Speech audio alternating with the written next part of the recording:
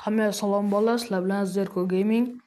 Bugungi videomizda 30 FPS'lar uchun nastroyka qilish o'rganamiz. Nastroykaga kirib olib, mana ko'rganingizdek 30 FPS. Boshqaruvga o'tamiz birinchi. Bu yerdagi barcha narsani men kelgandek qilib chiqamiz.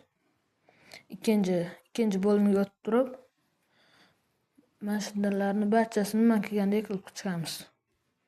Bu yerlarni biroz tezlashtirib yuboraman.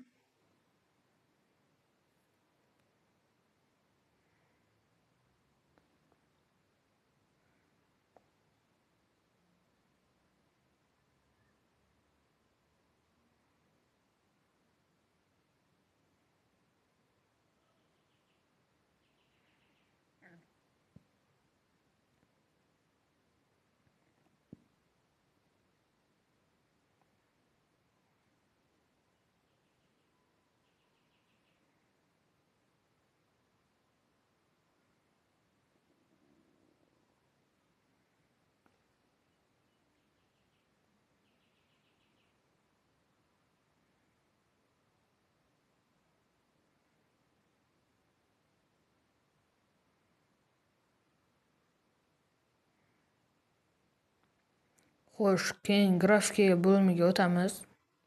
Bu yerdagilarni ham barchasini men kelgandek qilib chiqamiz. Xo'sh, men bittan mana bu rang-barangni streamda qilsanglar, headshot deysiz, zallik balandlashadi. Biroz telefoningizga nagruska bo'ladi-yu, biroz nima bo'ladi, nima deydi, zallik yaxshilashadi lekin. Mana buni dinamikda qo'yib qo'yamiz. Keyin nastroykani o'zingizlar xohlagandek qilib chiqasizlar. Mana bu yugurish knopkasini o'chirib qo'yishinglar kerak. Mana bu yugurish knopkasi hozir.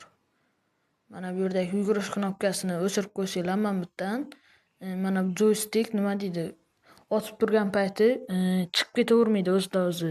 Mana otib turasizlar-yu, shu paytda mana bunaqa yurib ketib otmay qolmaydi-da. Keyin sezuvchalik bu eng kerak bu chust.